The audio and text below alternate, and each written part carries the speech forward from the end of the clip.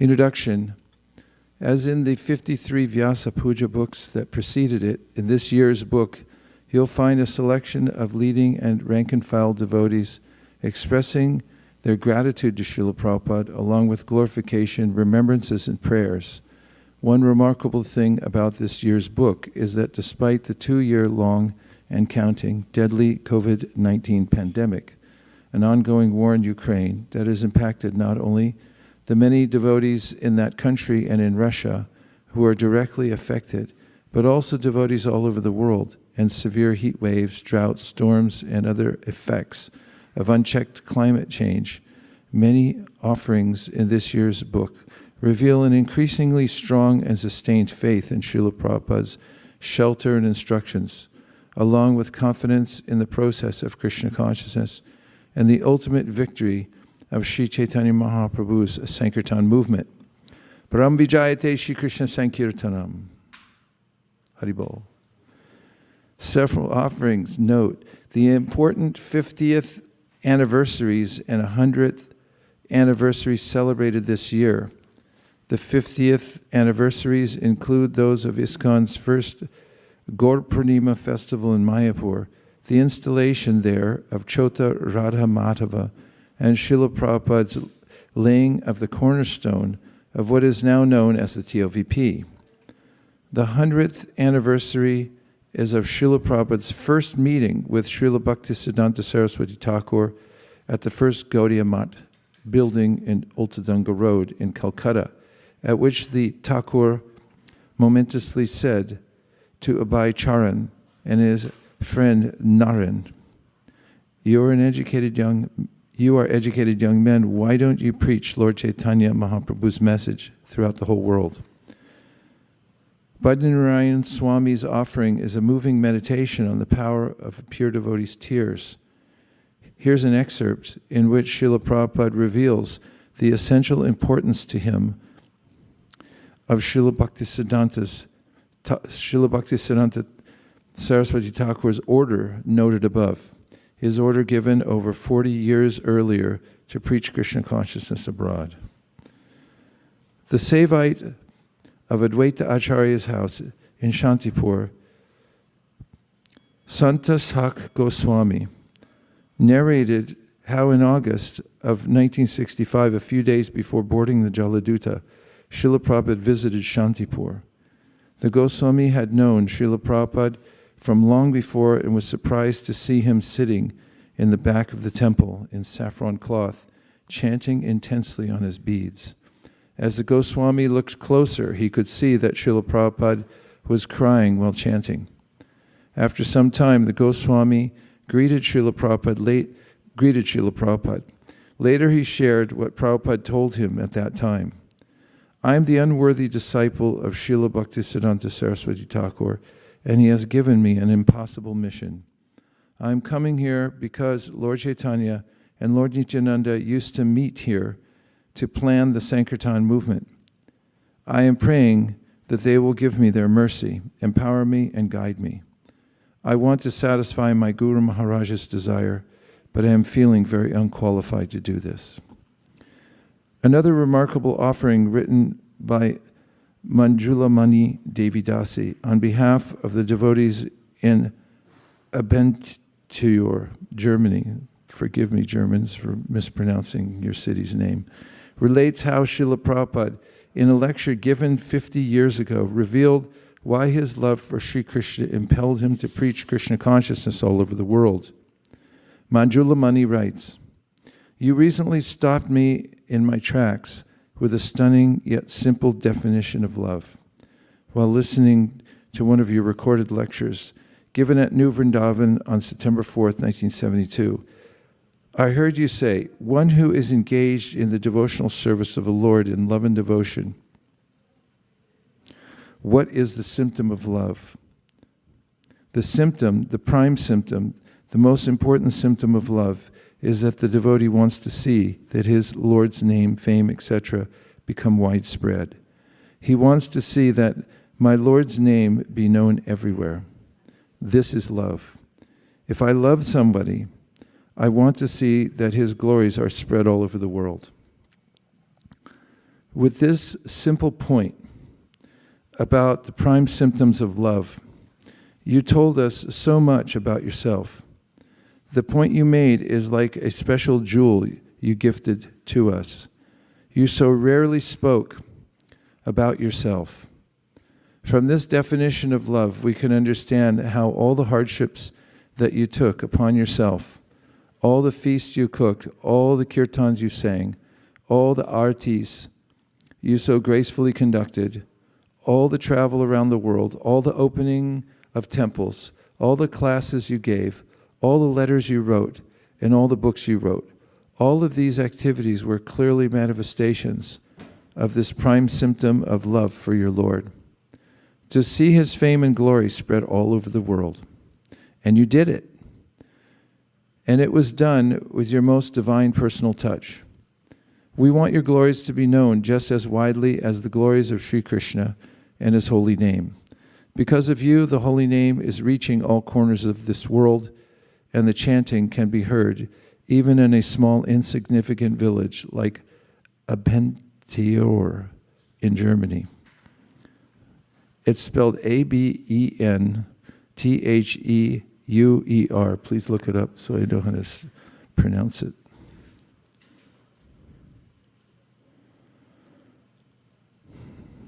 Our desire here at the Goloka Dham Temple is that wherever the holy name is chanted and served by being brought to the people, there also your glory should be known. As you said, if you love someone, you want their personality to be known to everyone. Therefore, we do not want to keep your greatness to ourselves. We want everyone to know about you. Your love for Krishna was proven by that. You wanted to share and make your personal friend and beloved Sri Krishna known and available to all. Your personal life story, your books, your determination, your devotion, and your mission are the very backbone and the big why behind all that we do all day long. And we want others to know and experience that sense of purpose too. Again, I would like to express my deep appreciation for the invaluable help that Her Grace Kaishori Devidasi gave me by editing the majority of the offerings this year. The book would not have been possible without her sincere and professional contribution. Dravida Das, Vyasa Puja, book editor. Just have some. So this was the introduction to the Vyasa Puja book. The Vyasa Puja book is a tradition that's been going on, as Dravida Prabhu mentioned, for 53 years. And every year, the disciples of the Guru write an offering. It's sort of like a test, actually, to see what a disciple has realized about his or her Guru, and also a way, it's a time of awareness to see how much the Guru has given one. So Satyadev Prabhu was talking last night about how he was at the first Janmashtami, and then that he attended when he joined. It was the first Janmashtami and the first Vyasa Puja. So Prabhupada had to teach his disciples the process of worshiping a guru. A guru is a post, actually. So a person and a post. But there's a way to respect the Guru, and in that respect, as Krishna says in the Bhagavad Gita, tadvidi pranipatena pariprashnena sevaya upadakshanti te jnanam jnaninas tattvadarshina. That's the way to approach a learned person. A guru means somebody who's heavy with knowledge, is pranipat, be very humble, respectful, and also to inquire and to render service and so forth. And so on Vyasa Puja, actually Vyasadeva is a person. He's known as the literary incarnation of Krishna, who compiles the Vedic literatures. And then every guru that comes after Srila Vyasadeva on the the day, like the birthday of such a person. This is called Vyasa Puja. There's a worship of the person by the disciples, honoring that person who's sitting in the post, like a post person, who's sitting in that post, representing Vyasadeva, holding forth and representing Vyasadeva by presenting the Vedic version. So for Srila Prabhupada as an acharya, or the founder acharya of ISKCON, everybody is a disciple in the way that we're all following his process, the way he laid it out for us, and established not only the infrastructure, but also the mood of worshiping Krishna and so forth. So on this day, all over the world, devotees in ISKCON, and I dare say outside, anywhere anyone is who has an appreciation for what Srila Prabhupada's done, there's this celebration the day after Janmashtami, which is the day that Srila Prabhupada appeared. And offerings are read in passive voice. And there's a way in which we do a special feast for Prabhupada and also a Pushpanjali. Pushpanjali is an offering of one's heart, actually. We do it in the form of offering flowers, sort of like a flower bath. So we'll be doing that later. And so from now and the next several hours, we'll be hearing from individual devotees. Some of them are initiated disciples of Srila Prabhupada, and others are disciples in another way from other generations who are disciples of his disciples, but nonetheless, they're all disciples of Prabhupada, working under his care and his instructions and under his lotus feet. So that's what's happening today. And before we go into some of the other offerings and talks, let's see if you have any reflections just from the offering that Dravida wrote. What did you hear, or what do you remember? On 2 hours of sleep. Go ahead.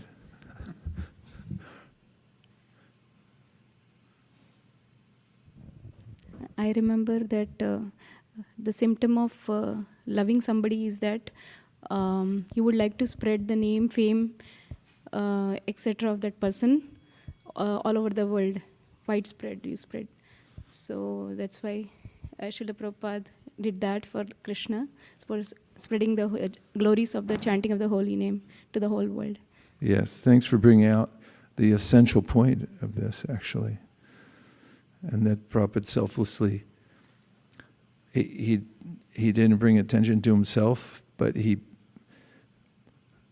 made sure that everyone knew who Krishna was. Therefore, it was known as the Hare Krishna movement, not the Abhay Charanaravinda or the Prabhupada movement or anything like that. Anything else you heard? Pardon? Yeah, it's get him another chair because that's going to be the one where everyone sits down and does offerings. You can sit up here. Put another chair. We'll keep moving back. Actually, yeah, okay, that's good. Not at all. On the contrary. Hare Krishna, Maharaj. Dandavad Pranam. So, what I appreciated that in the offering, it's written that how the world is facing increasingly challenges all over the world, whether it is a fight in the Russia or it's a pandemic or the heat waves or anything, and how the disciples are taking increasingly shelters of Prabhupada's instruction and finding the solace. Yeah. Actually, it's one of the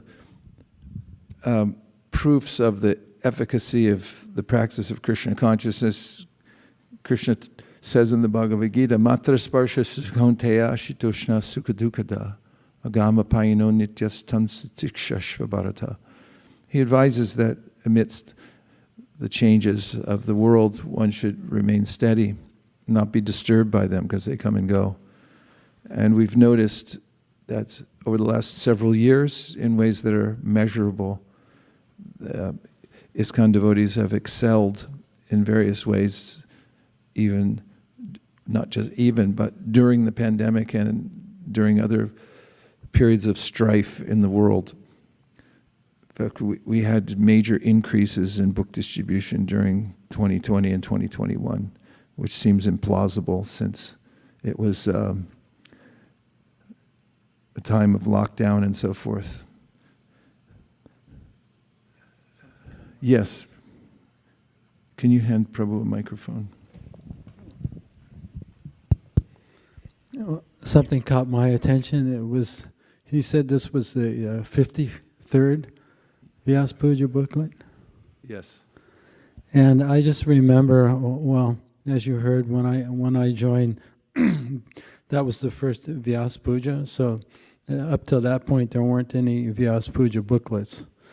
But I remember, after I was in Japan, I went to San Francisco for about a year and a half before I went back to Japan. And that's where I got initiated. And I remember when the Vyasa Puja booklet first came out, and at that time, I'm not sure how many centers there were, but it was really small, and practically we would hear about all of our god brothers and god sisters and what they were up to or which temple they were at from the Vyasa Puja booklet. And it was this kind of family feeling. And I still feel that family feeling now. But now it's a gigantic, large, big family, but there's a lot of security and inspiration in that. And that was part of the Vyasa Puja booklet for me, was just to hear who was where and what they were doing and hear them glorify Srila Prabhupada. And so after all this time, it's become just expanded movement. I remember I went to Vrindavan in 1996. We would go to, I had gone to India a few times. The first time I went there was right after the Krishna Balaram Mandir temple was opened. And it was all just a few American devotees. And there were pilgrims that came to Vrindavan, but they were just the normal pilgrims that they would walk to Vrindavan from wherever they lived for hundreds of miles. And then I hadn't been there in like 20 years, and I went back in 1996. And I was just like stunned to see that all the pilgrims that were coming had bead bags, and they were wearing tilak, and there was hundreds of devotees from all over the world. And I thought, oh, this has become such a gigantic family. So one of the things I enjoy about Vyasa Puja Day is the family feeling.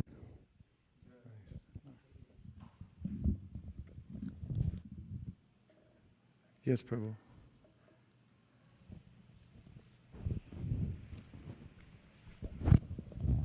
Hare Krishna Maharaj. So one of the things I liked in this offering is that, so here he's mentioning that like how Prabhupada showed his love by propagating the name and glories of the Krishna all over the world. But for us, like for me especially, like Krishna is Adokshaja, and like superficially, we are, like I'm trying my best to like understand Krishna, but Prabhupada, like if we try to glorify Prabhupada, like and distribute Prabhupada's book and like whatever Prabhupada has done, so like Krishna is also getting glorified, but our direct link is through Prabhupada.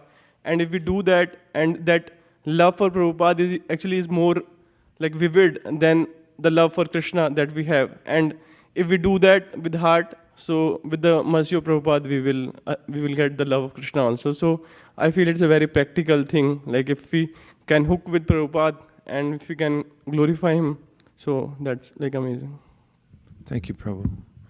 In the 11th canto of the Srimad Bhagavatam, Krishna himself says, Mad Bhakta Puja Bhyadika, which is that the better kind of puja or worship is for my devotee, not for me. So there's always this sense that when you worship the devotee, then actually you're worshiping Krishna in a more effective way.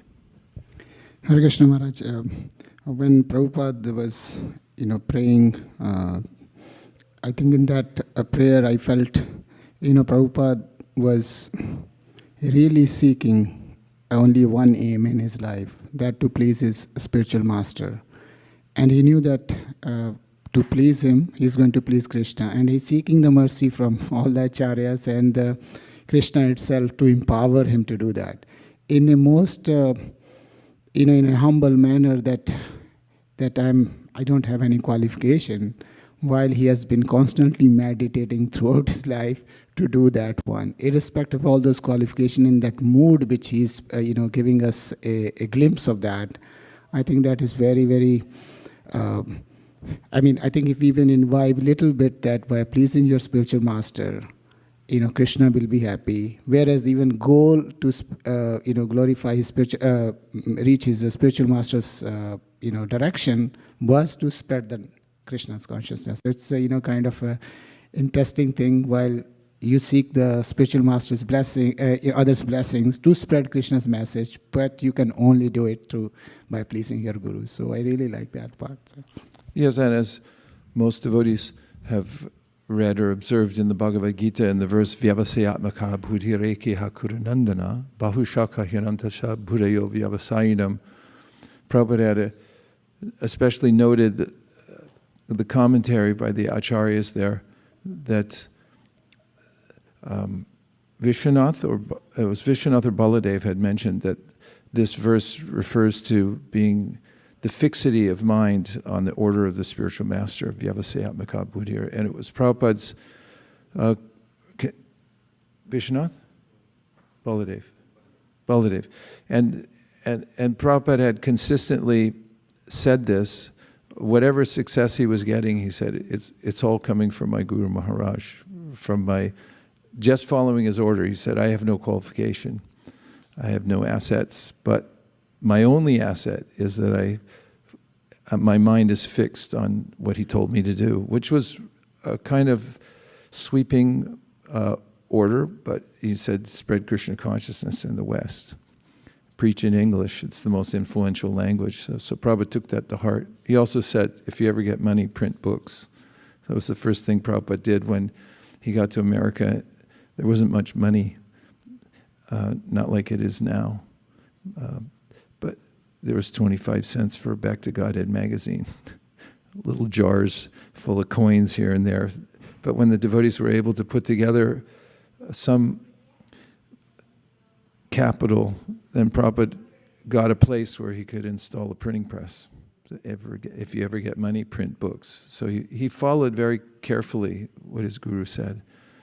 And that was, what he said was the fulcrum of power in his preaching, expanding Krishna consciousness movement. Can you find out if that video from Guru Das is available, ready to go?